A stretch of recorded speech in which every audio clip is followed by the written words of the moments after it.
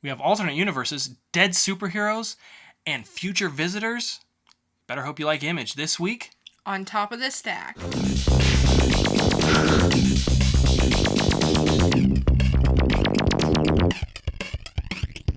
Thank you for joining us for Top of the Stack, our weekly comic review where we bring you 3 of our favorite comics that we read this week, and we give you our little reviews on them. Like I said earlier, it is an all-Image week except for the honorable mentions, so we are going to just kick it off with Black Science number 18, written by Rick Remender, art by Matteo Scalera, and colors by Moreno Denizio.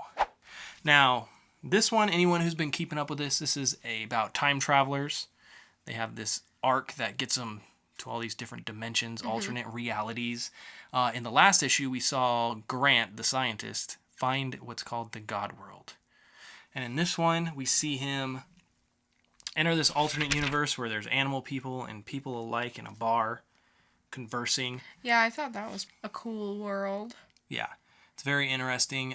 We see characters in roles that they didn't have before, like Rebecca is girlfriend and partner is now a prostitute, and they're in a bar where they do puppet shows.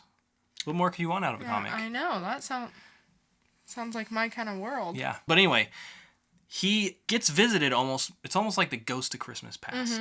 Shows him all these different parts of his life as a kid, seeing his dad depressed, seeing a horrible incident that happens in his past, seeing how his mom treated him. Flash forward to his life with his wife and kids and how it may have affected how he acts in life. It's really an interesting twist on this comic that was all just sci-fi. Yeah. And a little about relationships. But I really liked it. I thought Matteo's art always spot on. I love the way this book turns out. Yeah, the art was for really, sci-fi. really good. And the story really picked up, I thought. I mean, it kind of went away from the time traveling and more, let's get to know this character. Right. It was really a look into Grant, and that's what I really liked about this. So, what did you think about it? Well, I don't really keep up with this, but I did read it. From what I could gather, like I said, I really, really liked the art. Story was good for what I could, really understand about it. The puppet show thing, like the whole, like, little things that they have there, like in the little extra characters they have in this world, like the little squirrel people and stuff.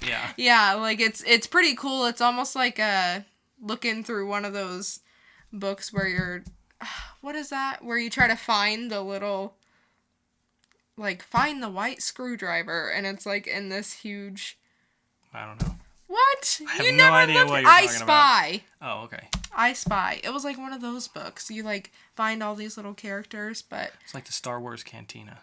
Yeah. Yeah, I thought it was good. I also came to mind is at the beginning of this whole series, we see Grant as a workaholic. His wife, he's never around his kids. He's never around his wife.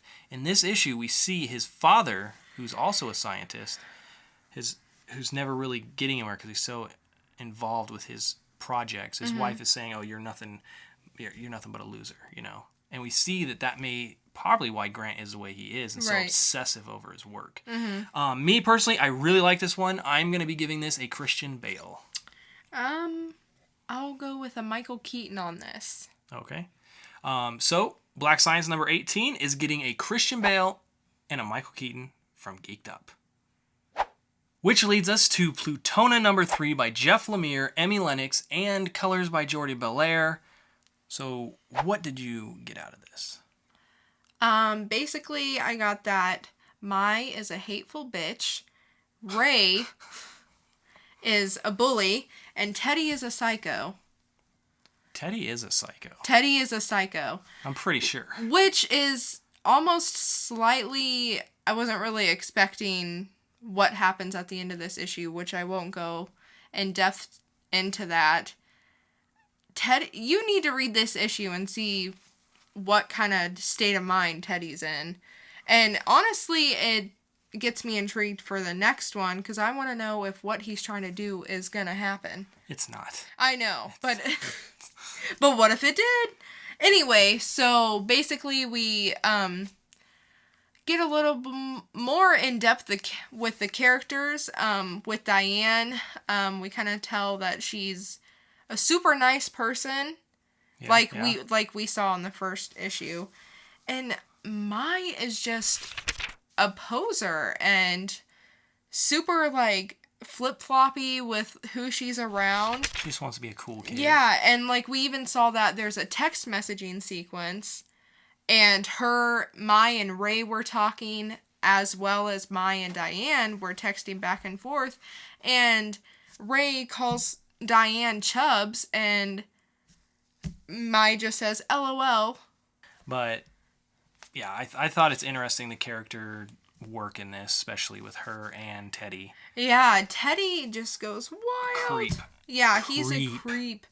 But anyway, they were gonna go find this body. The body's not there. Teddy has something to do with it, and I will let you read it to find out what the hell's going on. And don't forget about Mai's little brother, Mike. He is still in the picture. Not all is lost. Or is it?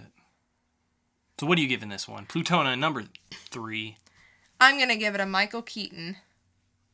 Okay. I'm giving Plutona number 3 a Michael Keaton as well. If it wasn't really for that ending, I'm not sure if I would have liked it. Yeah. It really did make it worth it, though. Plus, it's a 5-issue series, so it's getting there. The next 2 should be really good. So I didn't realize it was a 5-issue. Yeah, it's almost there. So Plutona number 3 is getting a Michael Keaton from Geek'd Up. Which leads us to our last review of the day, which is Paper Girls number 3 by Brian K. Vaughan, art by Cliff Chang, colors by Matt Wilson. And this one, I don't even know what to say about this one. Wow, where do you begin? It's just a weird thing. I didn't really even know where to start on my review with it. I mean, let's start at the beginning of this. Yeah. You got aliens coming to Earth with iPods. Mm-hmm. Then we got these bad guys coming after them. Parents being stolen, disappearing, wanting to kill themselves. Then we got dinosaurs raining from the sky. And this one opens up with some crazy future man riding one of these things. Things we thought at the beginning about who these people are have flipped by the end of this. Yeah.